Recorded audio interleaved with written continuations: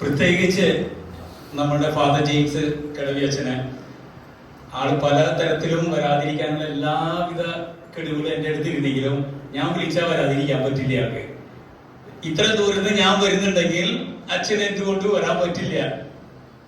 ആള് പല ഒഴിവുകളും പറഞ്ഞെങ്കിലും അവസാനം ഞാൻ വിളിച്ചപ്പോ ഞാൻ എത്തിണ്ടാ എന്ന് പറഞ്ഞു. ഇതാ നമ്മുടെ മുമ്പിൽ ഇരിക്കുകയാണ്. അപ്പോൾ പല കാരണങ്ങളും നമ്മുടെ MLA ഇതിൽ നിന്ന് വിട്ടുമാറിയിരുന്നെങ്കിലും ഇതിന് ശ്രേഷ്ഠമായ ഒരു വ്യക്തി ഫാദർ ജെയിംസ് കടവിയാണെന്ന് ഞങ്ങൾക്ക് എല്ലാവർക്കും തോന്നുന്നു. അത് തന്നെ ദൈവത്തിന്റെ വലിയ അനുഗ്രഹമാണ്. ഈ ചടങ്ങ് ഉദ്ഘാടനം ചെയ്യാനായിട്ട് അധ്യക്ഷം പറയാനായിട്ട് നമ്മുടെ ജെയിംസ് അച്ഛനെ കിട്ടിയത്. അപ്പോൾ ജെയിംസ് അച്ഛൻ ഒരിക്കൽ കൂടി നമുക്ക് ഒരു നന്ദി പറഞ്ഞ എന്റെ സഹപാഠികളുടെ എല്ലാവരുടെയും നാമത്തിൽ നന്ദി പറയുകയാണ്. അതുപോലെ നമ്മുടെ ജെയ്സിനെ കുറിച്ച് എല്ലാവരും പറഞ്ഞു കഴിഞ്ഞു. ഇനി ഞാൻ പറയേണ്ട ആവശ്യമില്ല. ആളെ കുറിച്ച് പറയാൻ പാടില്ല എന്നാൾ പറഞ്ഞിട്ട് പോലും ഇത്രയും നമ്മള് വിശിഷ്ടമായ ഒരാളെ കുറിച്ച് പറഞ്ഞു. അദ്ദേഹം ഞാനായിട്ട് ആകെ 6 മാസത്തെ കോണ്ടാക്ട് ഞങ്ങൾക്കുള്ളൂ.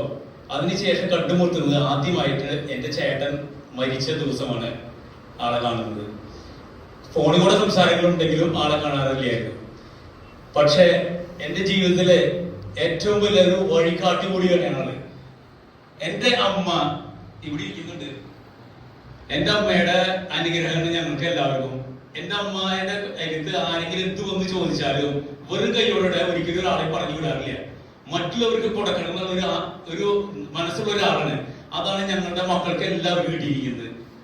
എന്നിൽ കഴിയാവുന്നത് ഞാൻ ചെയ്യുന്നു. അത് അമ്മയുടെ കിട്ടിയ അനുഗ്രഹമാണ് എനിക്ക്.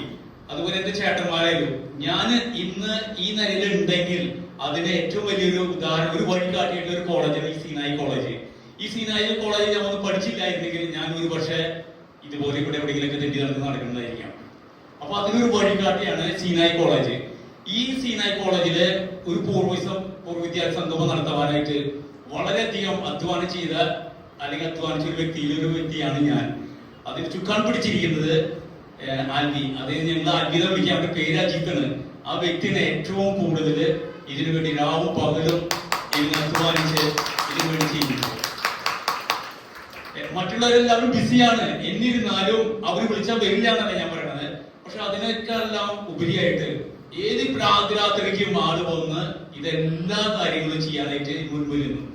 അപ്പോ ഞാൻ ഇതിന്റെ പിന്നിൽ നിന്ന് പ്രവർത്തിക്കാൻ കാരണം എന്താണെന്ന് വെച്ച് കഴിഞ്ഞാൽ ഞാൻ ദൂരെയാണ്. ഞാൻ ഇംഗ്ലണ്ടിൽ താമസിക്കുന്നെങ്കിലും ഫോണിലൂടെ ഞാൻ ഇവിടെ വിളിക്കാത്ത വ്യക്തികൾ ആരും ഇല്ലാന്ന് എന്റെ അറിയുന്നത്. ഇവിടെ സീനായി കോളേജിൽ പഠിച്ച വ്യക്തികളിൽ 99.9% ആൾക്കാരെ ഞാൻ പേഴ്സണലായിട്ട് വിളിച്ച് എല്ലാ കാര്യങ്ങളും വിളിച്ച് അത് മാത്രമേ എനിക്ക് അവിടെ ചെയ്യാൻ പറ്റുള്ളൂ. പക്ഷെ ഞാനിവിടെ വന്ന് ഇറങ്ങിയ ദിവസം മുതൽ ഇവിടെ പ്രവർത്തനമാണ്. എന്നെ ഇവിടെ കാണാം ഏതൊരു കാര്യത്തിലും. പക്ഷെ എനിക്ക് അവിടെ നിന്ന് ചെയ്യാൻ പറ്റുന്ന ഒരു പരിധികളുണ്ട്. അത് ഞാൻ ചെയ്തു. അതിന്റെ പകരമാണ് ഇന്ന് ഇവിടെ കാണുന്ന ജനങ്ങള്. ഇതിനേക്കാളും കൂടുതൽ ജനങ്ങളായിരുന്നു അതിന് കഴിഞ്ഞ വർഷം നടത്തിയ ഒരു പ്രോഗ്രാമില്. അപ്പോ ഞാൻ അതിൽ ദീർഘിക്കുന്നില്ല. വളരെ വളരെ നന്ദിയുണ്ട് ജെയ്സിനോട്. കാരണം ജെയ്സൺ ചെയ്ത ഇത്ര വലിയൊരു പുണ്യപ്രവൃത്തി ഈ കോളേജിന്റെ ചരിത്രത്തില്, അതായത് നമ്മുടെ ട്യൂട്ടോറിയൽ കോളേജിന്റെയോ അല്ലെങ്കിൽ കോളേജ് ചരിത്രത്തിൽ ഇതുപോലെ സംഭവം നടന്നിട്ടില്ല. നമുക്ക് കേരളത്തിലുടനീളം നിന്ന് നോക്കിയാൽ കാണാൻ സാധിക്കാം. ഇത് ചരിത്രം, ഒരു ഹിസ്റ്ററി തന്നെ ഉണ്ടാക്കിയിരിക്കുകയാണ്. അപ്പൊ ആ ഒരു ഹിസ്റ്ററിയുടെ ഭാഗമാവാനായിട്ട് നിങ്ങളും ഞങ്ങൾ എല്ലാവരും ചേർന്നതില് ജെയ്സനും ജെയ്സന്റെ ഫാമിലിക്കും അനുഗ്രഹങ്ങളോട് നിറയ്ക്കട്ടെ എന്ന് പ്രാർത്ഥിച്ചുകൊണ്ട് എല്ലാവർക്കും ഒരിക്കൽ കൂടി നന്ദി പറഞ്ഞുകൊണ്ട് ഞാൻ എന്റെ വാക്കുകൾ